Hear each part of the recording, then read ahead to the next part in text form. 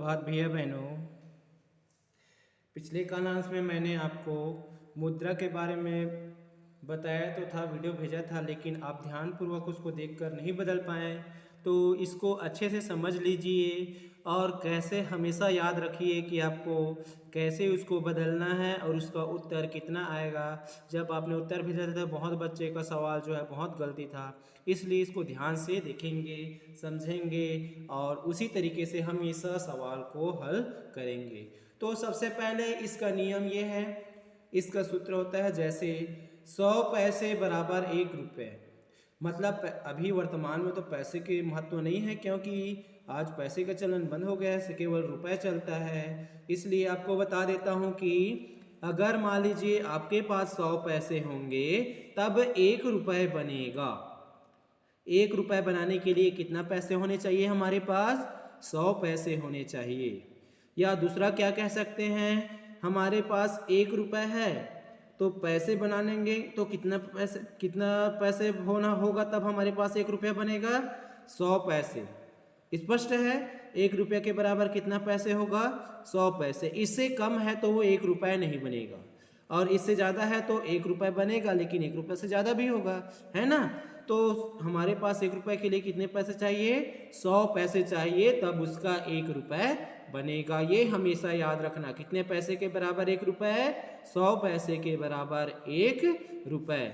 चलिए अब प्रश्न पर बढ़ते हैं। इसी के अनुसार मैंने अभी आपको बताया कि रुपए बनाने के लिए 100 पैसे चाहिए, तब 1 रुपये बनता है। अब हम इसको जोड़कर बताना है कि ये जो पैसे है वो उसका कितना रुपये और कितना पैसा बनेगा। जब कोई भी संख्या 100 से ज़्यादा हो जाएगा तो वहाँ पर रुपये बनेगा। कितना से ज़्यादा होने पर? 100 से ज़्यादा होने पर। पैसे में अगर 100 से ज़्यादा होता है तो वो रुपए में बनता है। चलिए देखते हैं इसको जोड़कर। 25 पैसे जोड़ना का चिन्ह, 50 पैसे जोड़ 50 पैसे, 25 पैसे, 50 पैसे और 50 पैसे। तो यहाँ पर तीनों को क्या करना है? जोड़ना है ना।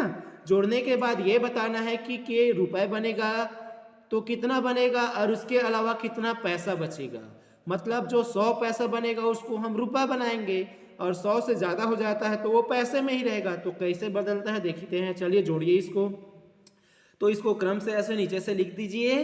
पैसे सभी जो है पैसे में ही है। कौन सी इकाई में है? पैसे में है। ठीक है, रुपए में नहीं है तो पैसे में है, तो सभी को लिख दीजिए। अब क्या करेंगे? इसको जोड़ेंगे। 5 का 5, 5 और 5 10, 10 और 2 जोड़ेंगे तो 11 12। तो कितना हो गया ये? 125 पैसे हो गया। चूंकि आपको बताया गया है कि जब 100 पैसे होता है तब 1 रुपये बनता है, तो यहाँ पर 100 से ज़्यादा है कि नहीं है? बिल्कुल है। तो इसमें से 125 में से हम 100 पैसे को कम कर देंगे तो कितना बचेगा? मात्र 25 बचेगा।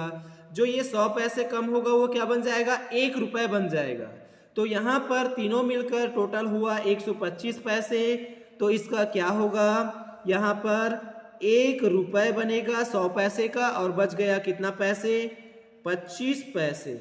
125 पैसे में से हमने 100 पैसे को इसलिए घटा दिए क्योंकि 100 पैसे का 1 रुपये बनता है, तो वो 1 रुपये बन गया, 1 रुपया बन गया। और उसके बाद कितना कैसे पैसे बच गए? 25 पैसे बच गए। तो इस तरीके से आपका उत्तर क्या आएगा? देखिए, 125 पैसे बना तो कितना रुपए, कितना रुपया, कितना पैसा बना? 1 रुपया और 25 पैसे बनेगा, है ना। इस तरह से आपका उत्तर है, क्योंकि 125 पैसे से ज़्यादा है, 100 से ज़्यादा है पैसे में, इसलिए उसका 1 रुपया बना, और 25 ज़्यादा है पैसे में, इसलिए 1 रुपये 25 पैसे कहेंगे। ठीक है। अब नंबर 2 सवाल है, देखिए, जिसमें दोनों दिया है, आपको बताना है कितना रुपए कितना पैसे। 10 रुपये है धन 5 रुपये है धन 2 रुपये है, जोड़ते जाना है। प्लस 25 पैसे है प्लस 50 पैसे है, जोड़ 25 पैसे। तो क्या करना है? रुपए वाले को रुपए वाले के साथ नीचे लिखना, जैसे 10 रुपये, है ना। उसके बाद है 5 रुपए, तो नीचे में लिख देंगे 5 रुपए। उसके बाद 2 रुपए है तो नीचे लिख देंगे 2 रुपए। ये हो गया। अब जो पैसे है उसको पैसे की तरफ लिखेंगे। इधर देखिए 25 पैसे, तो यहाँ 25 पैसे ऐसे अलग से आपको लिखना है। पैसे को पैसे के तरफ और रुपए को रुपए के तरफ, जहाँ भी रुपए होगा वहाँ रुपए के नीचे लिखना है और पैसे को पैसे के नीचे। 50 पैसा है तो इसके नीचे 50 पैसे हो जाएगा। उसके बाद 25 पैसे है तो उसके नीचे 25 पैसे हो जाएगा। इस तरीके से पैसे को पैसे के नीचे लिखकर जोड़ना है और रुपए को रुपए के नीचे लिखकर जोड़ना है। क्या करेंगे, इसको जोड़ेंगे, उसके बाद ही हमें पता चलेगा कितना रुपए और कितना पैसे होगा। तो पहले पैसे को जोड़िए, 5 और 5 10 का 0 हासिल 1, ठीक। 2 और 1 3, 5 और 3 8, 8 और 2 10। तो यहाँ पर 100 पैसे बन गया। 100 पैसे बन गए, 100 पैसे हो गया ना। तो 100 पैसे हो गया तो ये कट कर 1 रुपये बन जाएगा। कितना रुपए बन जाएगा, 1 रुपया बन जाएगा। क्यों बना, क्योंकि यहाँ पर 100 पैसे है तो 100 पैसे को यहाँ से हटा दिए। यहाँ से हटाएंगे तो वो रुपए में चला जाएगा, ठीक है। तो रुपए की तरफ जुड़ जाएगा तो 1 रुपये इधर जुड़ जाएगा। 10 और 1 11, 11 में 5 जोड़ेंगे तो 16, 16 और 2 18।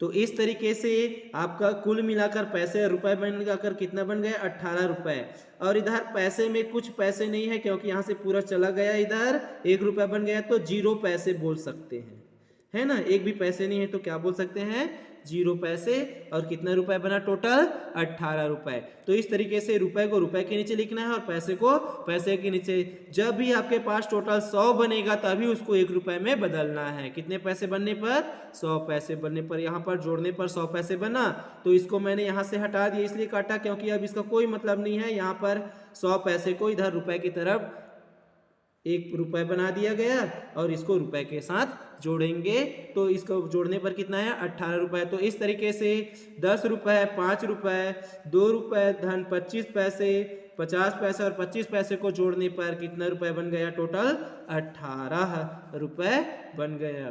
तो इस तरीके से जैसे यहाँ पर मैंने लिखा हो इसको ध्यान से देखेंगे और इसी तरीके से आपको जो भी रुपए और पैसे को जोड़ने का सवाल होगा उसको इसी तरीके से क्या करना है, आपको सॉल्व करना है। और ध्यान ये रखना है कि हमेशा 1 रुपये बनाना है तो उसके लिए हमको 100 पैसे चाहिए। कितना पैसे चाहिए, 100 पैसे चाहिए। जैसे कोई व्यक्ति बोलता है कि आपको 25 पैसे वाले का 1 रुपये बनाना है तो यहाँ पर 100 पैसे बनाइए। कितने बार 25 लिखने से 1 रुपये बनेगा, 4 बार 25 पैसे लिखने से 100 पैसे बनेगा। तो 100 पैसे को ही हम क्या मानेंगे, 1 रुपये मानेंगे। कितने रुपए मानेंगे, 1 रुपया, ठीक है। 5 5 10, 5 15, 5 20 का 0 हासिल 1 2 2 2 4 2 6 2 8 2 10। देखिए यहाँ पर 100 पैसे बन गया। 100 पैसे बन गया तो कितना रुपया कहेंगे इसको, 1 रुपया कहेंगे। कितना रुपया, 1 रुपया कहेंगे, ठीक है। क्योंकि यहाँ पर 100 पैसे बन गया इसलिए। तो 25 पैसे के कितने सिक्के मिलाकर, 1 2 3 4, 25 पैसे वाले 4 सिक्के जब होगा तब हमारे पास 1 रुपया बनेगा। इस तरीके से 4 सिक्के का जब 1 रुपया होता है तो 8 सिक्के का 2 रुपये। तो इसी तरीके से ये सवाल को अच्छे से ध्यान से देखेंगे, समझेंगे और इसी तरीके से जो भी सवाल आपको दिया जाएगा उसको क्या करेंगे, सवाल को हल करेंगे। आज के लिए इतना ही, धन्यवाद।